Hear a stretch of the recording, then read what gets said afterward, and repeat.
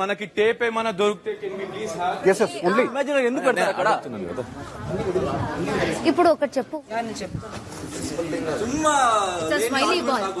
నేను అదే చెప్పాను. ఇప్పుడు క్రికెట్ లో ఇట్ ఇస్ స్క్రీజ్ అదే బ్రో లైన్ మనం క్రాస్ చేసి హిట్ చేస్తే అవుట్ కాదు కదా. క్రాస్ చేసి ఒక నిమిషం ఇక్కడ వికెట్స్ ఉన్నాయా? దీని వెనకాలకి వెళ్ళి స్టంప్ చేయొచ్చు. అది కాదు నేను చెప్తున్నా, దీని వెనకాలకి వెళ్ళి స్టంప్ చేయొచ్చు కానీ ఇప్పుడు నేను దానికి రివర్స్ చెప్తా. వాడు ముందుకొచ్చి పట్టుకుంటే అసలు నాట్ అవుట్. అది ముందుకొచ్చి సిక్స్ కొట్టాడు బౌండరీలో పట్టి ఇసిరేసి మళ్ళీ పట్టుకోవచ్చు. నేను అదే అంటున్నా లైన్ ఉంటది, అది టచ్ లేదు అక్కడ చెప్తున్నా. ఇక్కడ లైన్ లేదు, అడిగాను కదా. నాకు లైన్ కావాలి. ఓకే అది చెప్తున్నా నేను. ఆ స్కెచ్ తో స్కెచ్ కనపడదు కదన్నా. లేదా అక్కడ బ్రో లేదా అక్కడ ఏముంది దాని ప్రకారం రూల్స్ పెట్టండి అంతే. దాని ప్రకారం ఏముంది వాళ్ళు పెట్టేవాళ్ళు అయితే వాళ్ళు పెట్టేవాళ్ళు కదా. అదే లేదు, అదే చెప్తున్నా. లైన్ లేదు.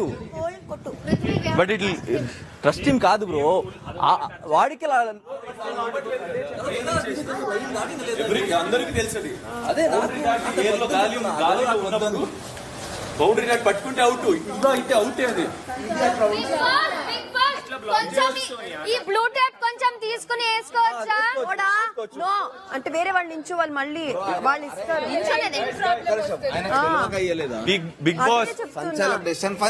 బిగ్ బాస్ ఒక టేప్ ఉంటే కెన్ వి హ్యావ్ ప్లీజ్? ఆ రోజు కాలు నేలకు తగిలినప్పుడు నా డెసిషన్ ఫైనల్, తగిలిందా లేదా సెకండరీ. సో అట్లనే నీ డెసిషన్ ఫైనల్. రాంగ్ గా చెప్పి ఫైనల్ చేసే ఆర్గ్యుమెంట్ వద్దు. సంచాలక్ రాంగ్ అయితే రాంగ్ అవుతావు, రైట్ అయితే రైట్ అవుతావు. ఏదో ఒకటి డిసైడ్ అయ్యి నువ్వు ఎంత లాయల్ గానే ఉన్నా నీ పైన డిపెండ్ అయి ఉంటుంది. అంతే simple. He might be wrong. ఇప్పుడు మీరు కరెక్ట్ గా decision wrong. Take the decision final చేసే. That's all. అంతే అట్లా ఉంటుంది. సి మనం డిఫెండ్ చేసుకో, తర్వాత నేను డిఫెండ్ చేసుకుంటా అక్కడ 100%. యా చేసుకో, అంతే చేసుకో. నువ్వు ఎంత డిఫెండ్ చేసుకుంటే కూడా ఆయన డిసిషన్ ఇచ్చాక ఫైనల్. అది కూడా నిజం. సో అక్కడ ఒక సభ్యుడు అని ఉంది.